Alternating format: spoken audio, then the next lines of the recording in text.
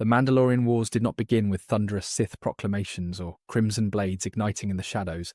They began with silence, hesitation, and a republic that believed restraint was wisdom. That silence mattered, because in Star Wars history, the Sith rarely announced themselves at the start of a conflict. They designed the conditions that make conflict inevitable. When the Mandalorians surged out of the Outer Rim, clad in Beskar and ideology, they did not simply strike worlds, they struck assumptions, exposing how fragile galactic order truly was when stripped of unity and certainty. From the very first skirmishes, the shape of the war suggested something more insidious than conquest, because the damage inflicted reached far beyond territory and fleets and into the philosophical core of the Jedi Order itself.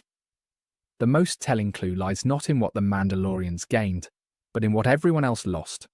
The Republic emerged militarily exhausted, economically strained and psychologically shattered, while the Jedi were left divided, guilt-ridden, and unsure of their own doctrine. These are not random consequences of war, they are textbook outcomes of Sith long-term strategy, where victory is defined not by banners raised, but by institutions hollowed out from within.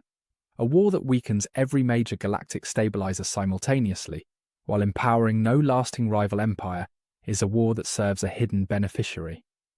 In that sense, the Mandalorian Wars read less like a campaign of honor-bound warriors and more like a controlled burn, one designed to leave the galaxy dry and ready for ignition.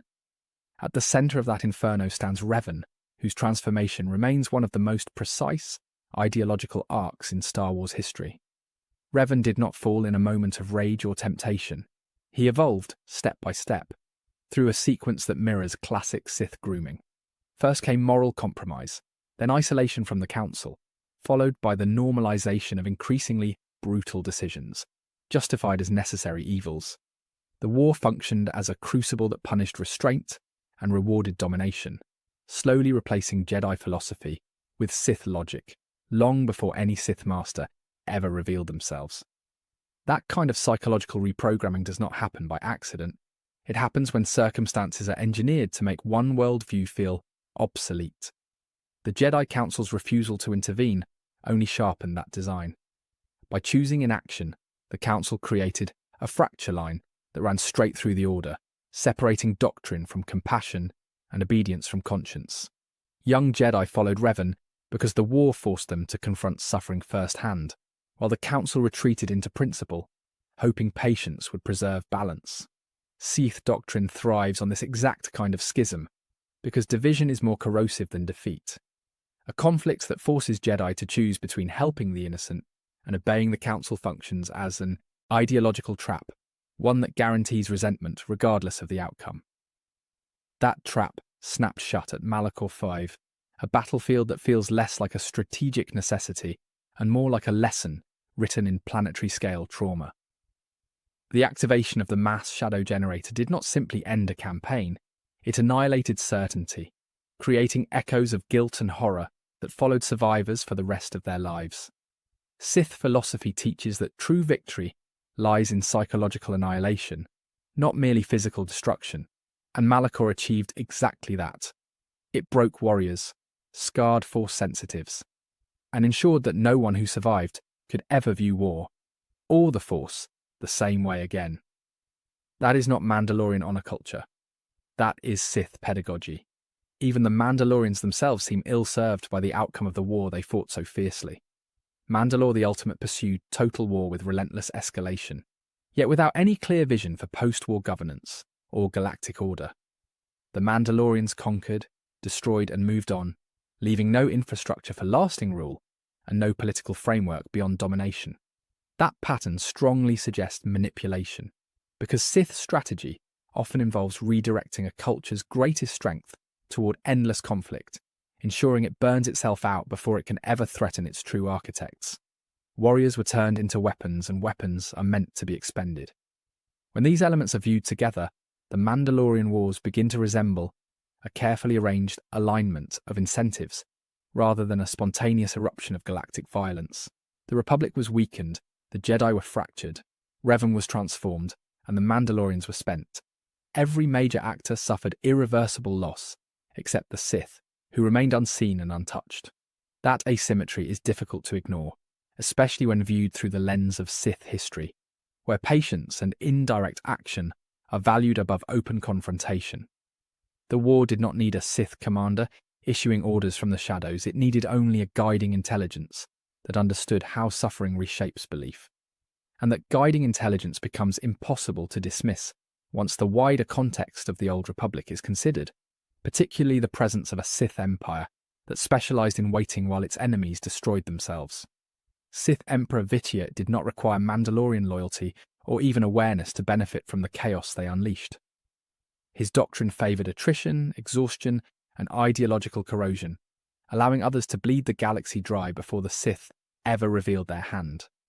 In that light, the Mandalorian Wars appear less like a prologue to the Jedi Civil War and more like its necessary precondition, the slow turning of a key that would unlock far darker doors. What makes this theory so unsettling is not the idea that the Sith manipulated events, but how little manipulation was required. By exploiting existing tensions, fears, and philosophies, the Sith allowed every faction to believe it was acting freely, even as each step led them closer to ruin. The war did not announce its true purpose, it revealed it only in hindsight, once the damage was done and the galaxy was already reshaped. And as the dust settled, one truth became increasingly clear. The Mandalorian Wars did not end the Sith threat. They prepared the galaxy to accept it. By the time the Mandalorian Wars ended, the galaxy believed it had survived a catastrophe, but in truth it had been carefully conditioned by it. Every institution emerged altered, carrying scars that shaped future decisions in ways that favoured Sith resurgence without ever needing Sith banners in the sky. The Republic learned fear, the Jedi learned hesitation, and the survivors of the war learned that victory required moral compromise. That collective lesson did not vanish with the armistice, it lingered, guiding policy, doctrine, and belief long after the last Mandalorian fleet fell silent. This is how Sith influence endures, not through conquest, but through the quiet reshaping of what an entire civilization believes is necessary to survive. The Republic's post-war posture is especially revealing, because it responded not with reform, but with retrenchment. Rather than addressing the structural weaknesses exposed by the conflict, corruption, overextension, and dependency on Jedi mediation, the Senate focused on restoring the illusion of stability. Military doctrine emphasized defense over initiative, diplomacy over deterrence, and short-term peace over long-term resilience. Sith strategy has always relied on this impulse, because a fearful republic is easier to predict and easier to undermine. By allowing the Mandalorian Wars to exhaust the Republic's appetite for decisive action, the Sith ensured that future threats would be met with delay rather than unity. The Jedi Order's reaction was even more damaging because it internalized the war as a moral failure rather than a strategic one. Haunted by Revan's fall, the Council doubled down on caution, detachment, and adherence to doctrine, believing that emotional distance was the cure for corruption. This response fundamentally misunderstood what had happened, because Revan did not fall due to compassion, but due to isolation and unchecked authority forged in war. By teaching future generations to fear engagement rather than understand it, the Jedi unwittingly validated the Sith worldview that action shapes destiny while restraint invites decay. The Order survived, but it survived by becoming smaller, slower, and less adaptable. That paralysis was not accidental, it was the final dividend of the war's true objective. Sith philosophy does not seek to destroy the Jedi outright, it seeks to make them predictable. A Jedi Order that fears another Revan will hesitate at every crossroads, constantly questioning whether intervention risks creating another monster. That hesitation becomes a strategic weapon because it allows crises to metastasize unchecked. In this way, the Mandalorian Wars did not just wound the Jedi, they rewired their decision-making process, ensuring that future Sith schemes would encounter less resistance, not more. Meanwhile, the Mandalorians themselves faded into fragmentation, their culture reduced to scattered clans nursing defeat and disillusionment. There was no Mandalorian empire to rival the Republic, no lasting hegemony carved from their victories, only survivors struggling to reconcile honor with annihilation.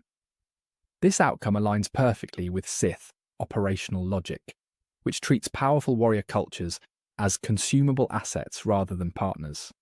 Once their purpose was fulfilled, the Mandalorians were discarded, their strength expended in service of a goal they never understood.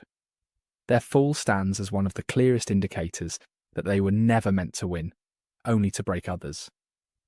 At the centre of the post-war galaxy stood Revan, no longer a hero but not yet a tyrant, carrying the psychological architecture the war had built inside him. When Revan encountered the hidden Sith Empire, the transformation that followed felt less like seduction and more like alignment.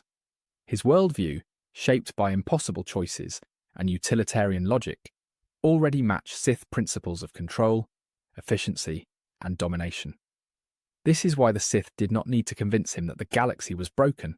The war had already proven it. They needed only to show him who they believed was capable of fixing it. This distinction matters because it reframes Revan's fall as the culmination of a process rather than a betrayal of ideals. The Sith did not recruit him at Malachor or on Dromund Kaas. They prepared him across years of escalating violence and responsibility. Each battlefield decision that sacrificed the few for the many eroded Jedi absolutism and replaced it with Sith pragmatism. By the time Revan embraced the dark side fully, it felt less like corruption and more like continuity. That level of preparation speaks to orchestration at a civilizational scale, not coincidence. The Jedi Civil War that followed only reinforces this interpretation, because it represented a direct extension of the Mandalorian conflict rather than a separate crisis. The same fleets, tactics, and philosophies were repurposed under a new banner, turning former defenders of the Republic into its greatest threat. Darth Malak embodied the blunt force of this evolution, while Revan provided its strategic vision. The galaxy was not shocked because war returned, it was shocked because war returned wearing familiar faces. That psychological blow, betrayal layered atop trauma, is another hallmark of Sith design. Behind it all loomed Sith Emperor Vitiate, whose genius lay in restraint rather than domination. He allowed others to fight, fall, and fracture, while his empire remained hidden, preserved, and ideologically pure. The Mandalorian Wars were never about territory for him, they were about preparation. By letting the Republic and Jedi exhaust themselves emotionally and militarily, he ensured that when the Sith finally emerged openly, they would face a galaxy already conditioned to despair. Attrition, not conquest, was the weapon, and it had been wielded flawlessly. What makes this entire sequence so compelling is how cleanly it aligns with Sith doctrine across millennia. The Sith believe that strength is revealed through struggle, but only when that struggle is controlled. They do not rush to the battlefield. They build arenas where their enemies destroy themselves while believing they are choosing freely. The Mandalorian Wars were such an arena, one that tested every institution in the galaxy and exposed their flaws. The Sith did not need to win the war. They needed to shape what came after it. By the end of this process, the galaxy had become exactly what Sith philosophy demands: broken, guilty, and desperate for order. The Republic longed for stability, the Jedi feared action, and countless worlds were willing to accept authoritarian control if it promised safety. Revan was no longer just an enemy, he was an ideological weapon, proof that even the greatest Jedi could be reforged into something darker and more effective. Whether or not a Sith Lord ordered the first Mandalorian strike matters less than the fact that the war unfolded exactly as Sith doctrine would require. And that is the most unsettling conclusion of all.